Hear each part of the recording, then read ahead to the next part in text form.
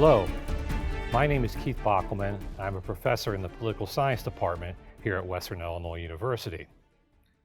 I'd like to welcome you to this latest episode in our series, Explorations in Political Science.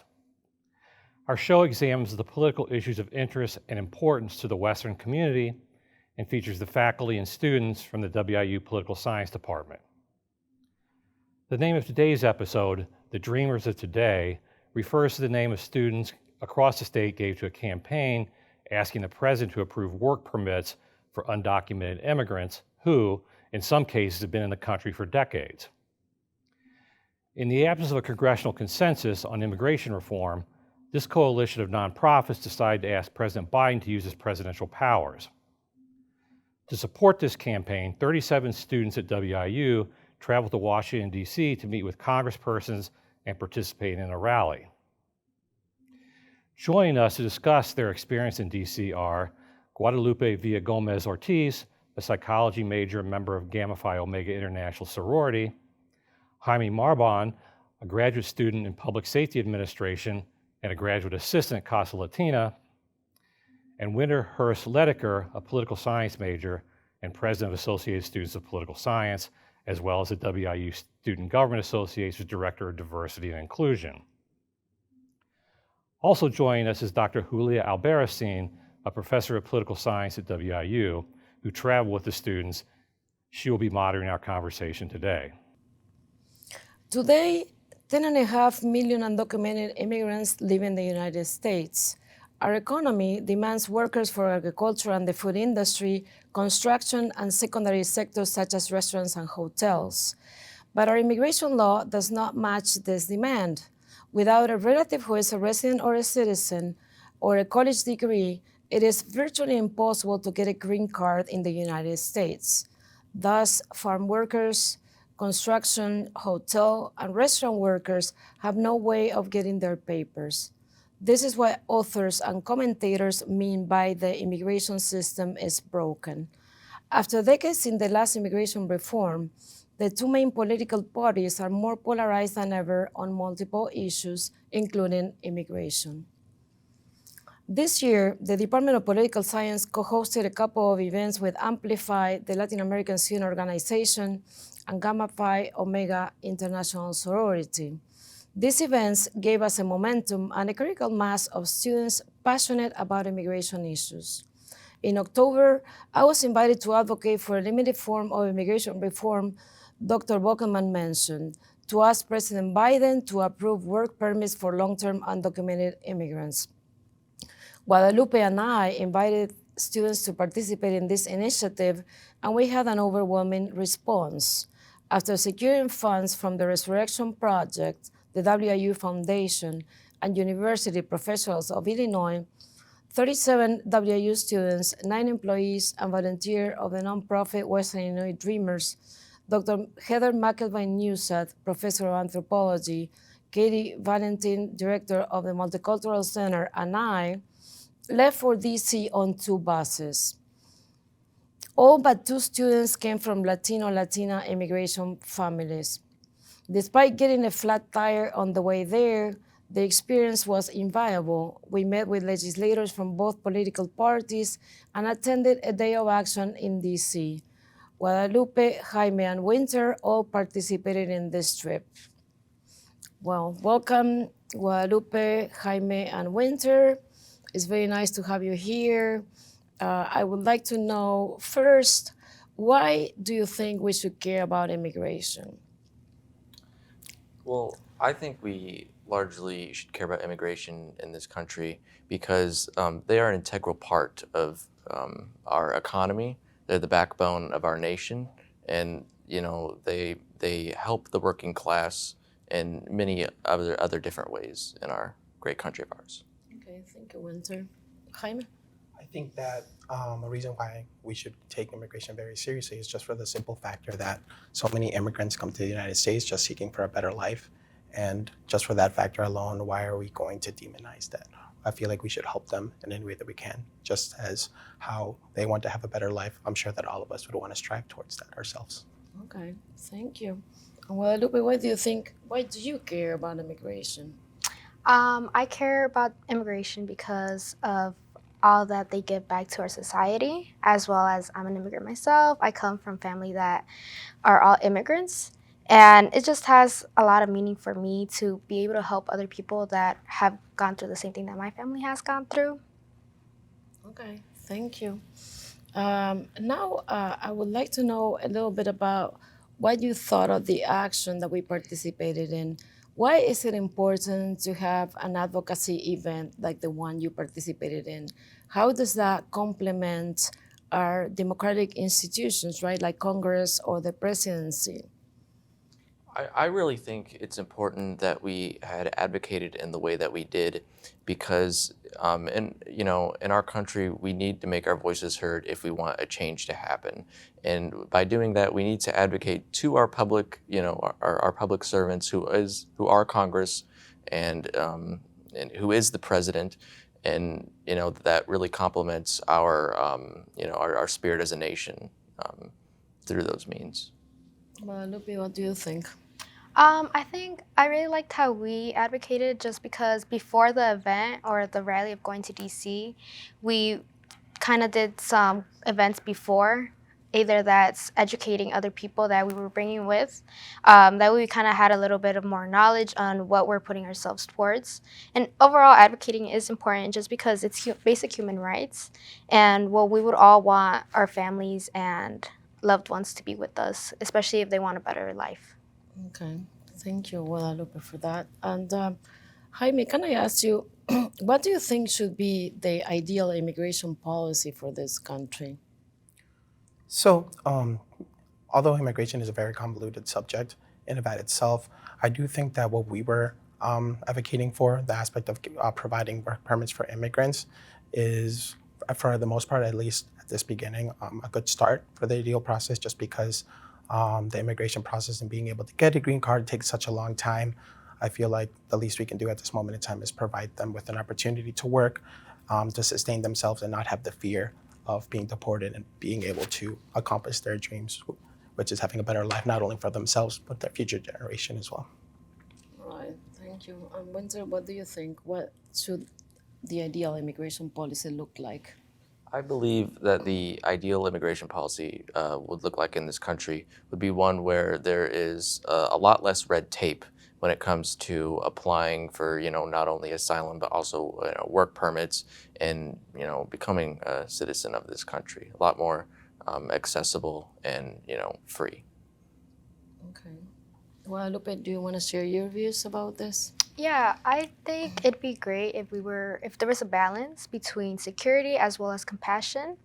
Most of the people that are coming here to work do come with the reason of a better life. So just being a little more compassionate towards those people. Okay, thank you. Now I would like to talk a little bit about your takeaways from this experience. What did you learn? What did you think it was a different type of learning that you couldn't learn in the classroom? What did you take away from the experience? Well, largely what I believe, what I took away from the experience was that, this is very much hands-on. You get to see in person, how advocacy should function in our country, and how you can really pressure those public servants into, advocating for a cause bigger than yourself. Okay, Jaime? I think my biggest takeaway is, well, first and foremost, I think education is one of the greatest foundations for change. And I think a lot of us here as students right now, the education that we have and the passion that we have in regard to our fields, we want to apply what we learn to be able to make a greater change. And I think that was one of my biggest takeaways, is that being able to see the students use their education and use the knowledge that they've acquired into a more hands-on format, it definitely showed how powerful we can be as a unit, how powerful our education can be in this type of environment, and just first and foremost, the cooperation that we all had and all that we worked together. It just definitely shows that strength comes in numbers, and en la unión está la fuerza. Like, if we really want to come together as one, we can make a voice that people can't ignore. Thank you. Guadalupe? I think it was really something for sure that you can't really get anywhere. That experience was really one of a kind, just because you're surrounded with other people that are passionate towards the same thing of advocating for workers' permit as well. And just visually seeing what other people have gone through, there was a lot of poster boards where it kind of mentioned like, I've been waiting a certain amount of years for a workers permit, some people that have been waiting more than 30 years. And it's just visually seeing that is like, oh, it's real. It's very emotional as well, but it's real. Okay, despite the hurdles, right? Like probably some kind of nail on the road that got us a flat tire. Why don't you tell me about that? How was that? Did you feel defeated once we got the flat tire, or?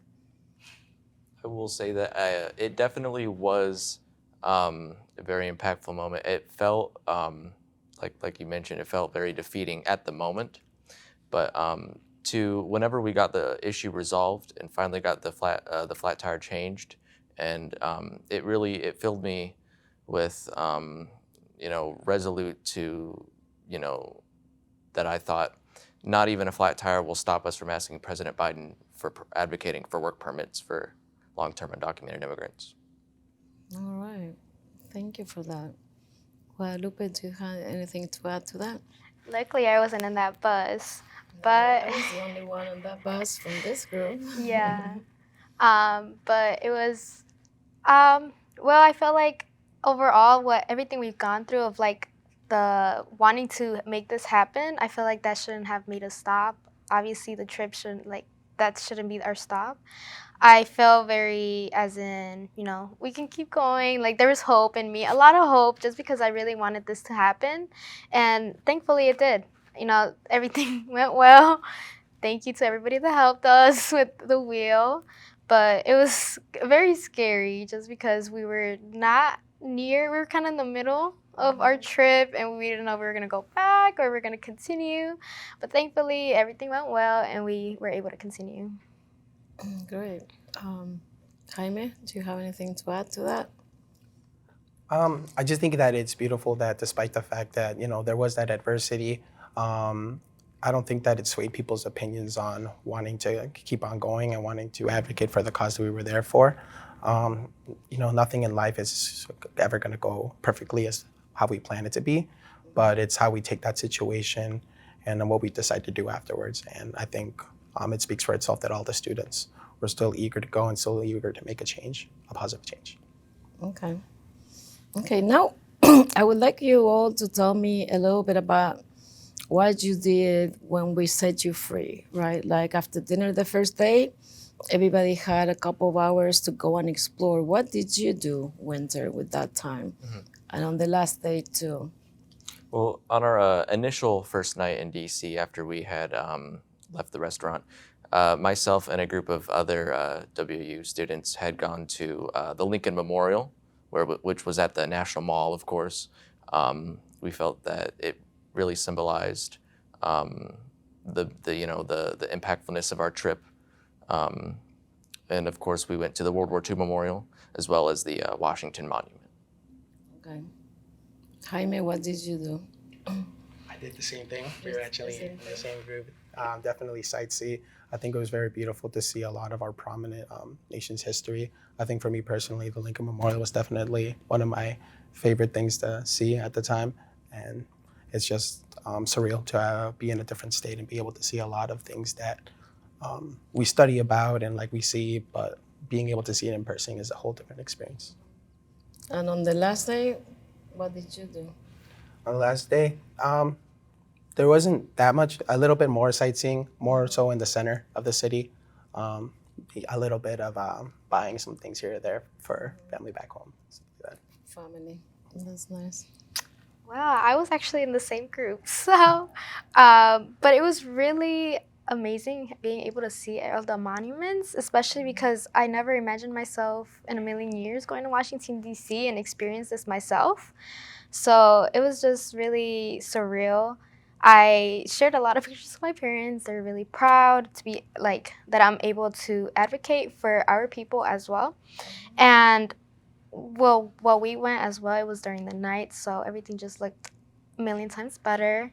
And just being able to see everything that I read about, all the history that it has back or whatever, it was just beautiful. And then our last day, I was with him as well in the same group. We went to go buy some stuff. My family collects magnets, so I made sure to go bring some back to my mom. Oh, that's nice. Great. I have to say that I was super happy with the group because everybody got along well, right? We gave you some freedom and you used it wisely. Like everybody at 7 a.m. was down for breakfast. So I think it must have been a great experience for meeting other people, right? Because you probably knew a lot of the people, although not Winter. Winter didn't know a lot of the students, some, right? But why don't you tell us about what friendships you made and what you learned from them, or what's your takeaway? It definitely was a very impactful, whenever I had made a lot of these new friendships when I had initially gone on this trip, because I was mostly only involved in the political science, the history side of campus, and all the people who were within those departments. And it was very meaningful for me to branch out and talk to other sectors of the community that can fall under the DEI umbrella. That's great. Jaime, did you get to talk to people that you didn't know very well? Yeah, so for the most part, I didn't know a majority of the people that was on the trip, but I know specifically, and the person that I feel like one of the new people that I got to meet was Winter, and I think it is, it was a great experience, not only in just getting to spend time with him and Ivan, as well as another individual that I didn't meet beforehand, but of course it's nice to meet new people, but I think it's also a learning experience and aspect on how they performed in a professional setting. And Winter, the way that he comported himself and talked during our trip as well was something that I admired and that I learned a lot personally. Okay. And Guadalupe? Well, I've kind of already had some relationships with a lot of people that came to the trip with us, but during the trip, I was really able to strengthen that relationship with them. And well, during the rally, I was also able to meet and talk to other people. I actually met one of my sorority sisters from another state that was there as well, so that was really cool.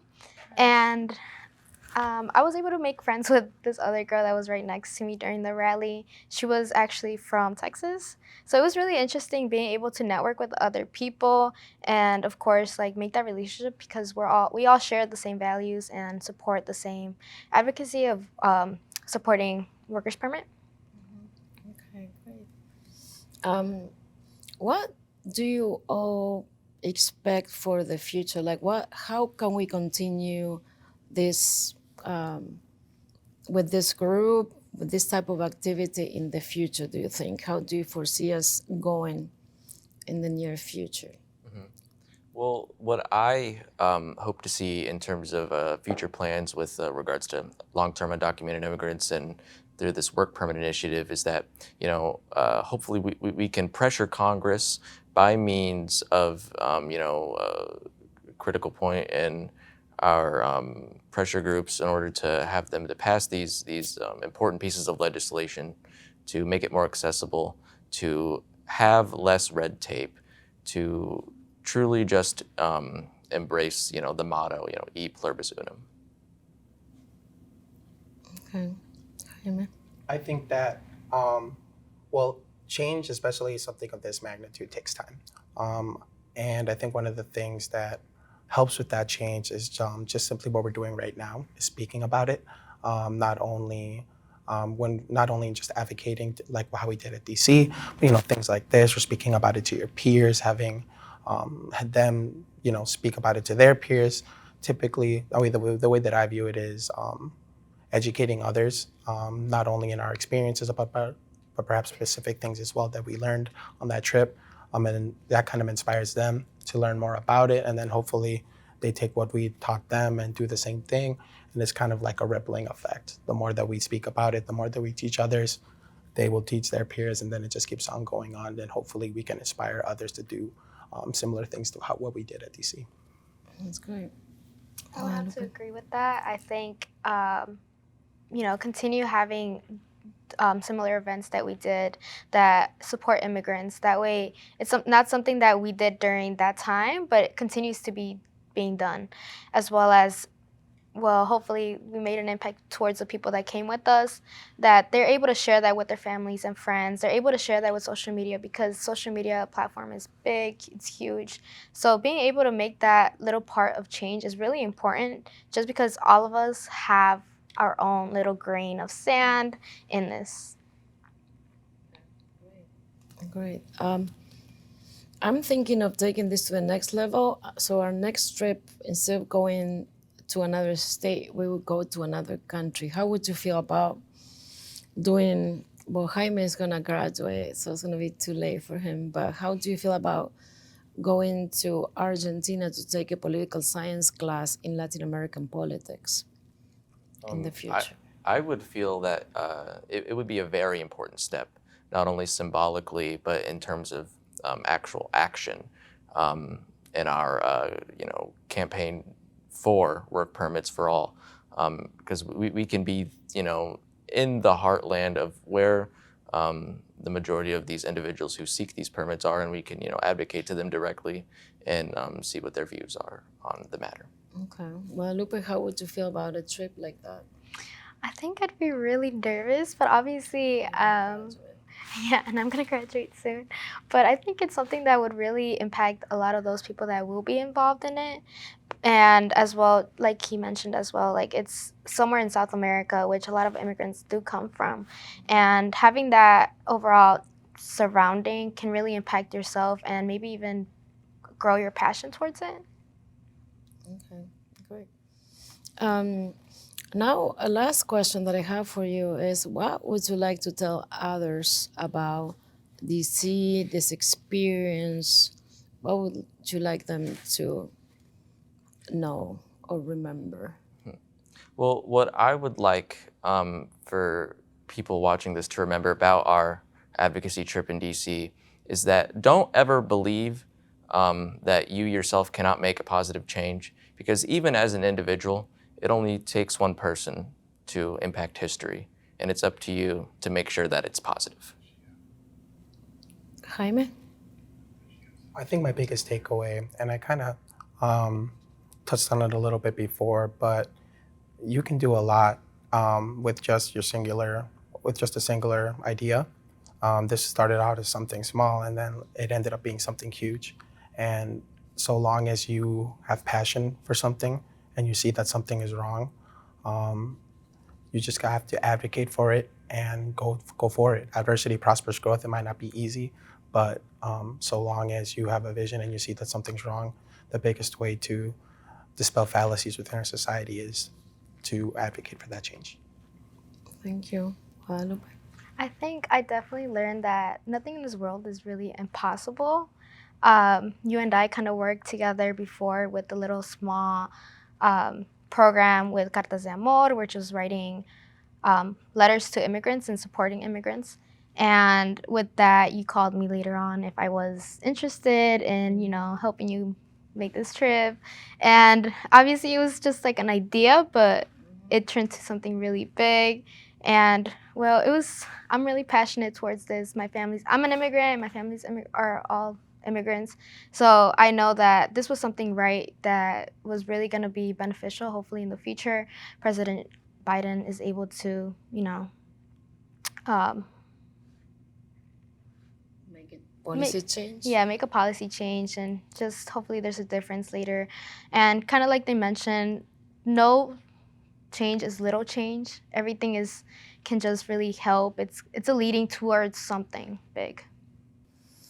Thank you so much, Winter, Jaime, and Guadalupe for being here. It was great seeing you again and talking to you. And thank you everybody who's listening to this new episode of Explorations in Political Science, titled The Dreamers of Today.